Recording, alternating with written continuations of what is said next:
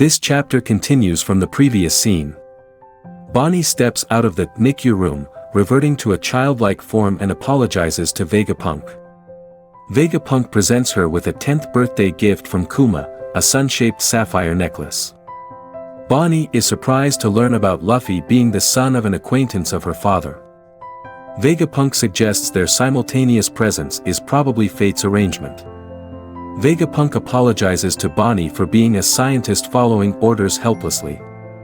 Bonnie reassures Vegapunk that he's not at fault, all mistakes lie with him. Back in the present, Saturn still holds Bonnie captive. The group consisting of Sanji, Vegapunk, and Frankie remains unable to move. Luffy, in a weakened state, expresses his need for food but finds no assistance available. Kizaru privately mentions Sentomaru and Bonnie upon seeing their condition. Sentomaru has been captured. The outside world is in chaos due to the news of the Straw Hat Pirates kidnapping Vegapunk. With no further updates, they worry about Vegapunk's situation.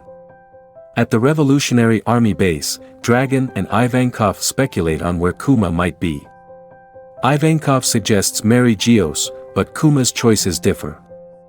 Bonnie employs the Nika Matina Mirai technique against Saturn, but her attack proves ineffective, and she suddenly weakens. Saturn believes that Nika Bonnie knows is different from the real one. There's a lack of mental connection between Bonnie's thought Nika and the white form associated with the straw hat, causing Bonnie to only regenerate her rubber-like abilities. Saturn notices Luffy desperately eating and orders the Marines to chain him using Sea Prism stone handcuffs. Bonnie tries to use her age-changing ability on Saturn, but it's ineffective.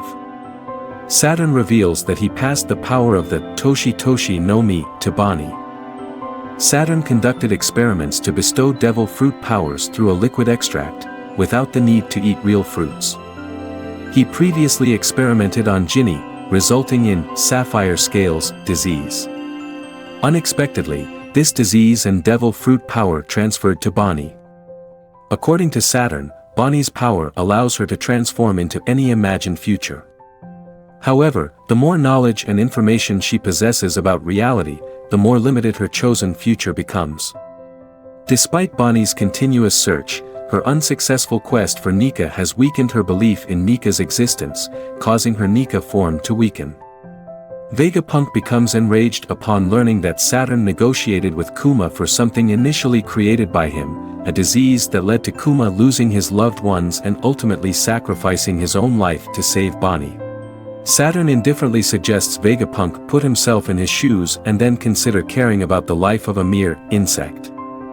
Bonnie apologizes to Kuma as she's about to die despite his sacrificing his life for her. As Saturn prepares to kill Bonnie, Kuma arrives at Egghead Island and eliminates the marine forces surrounding the group.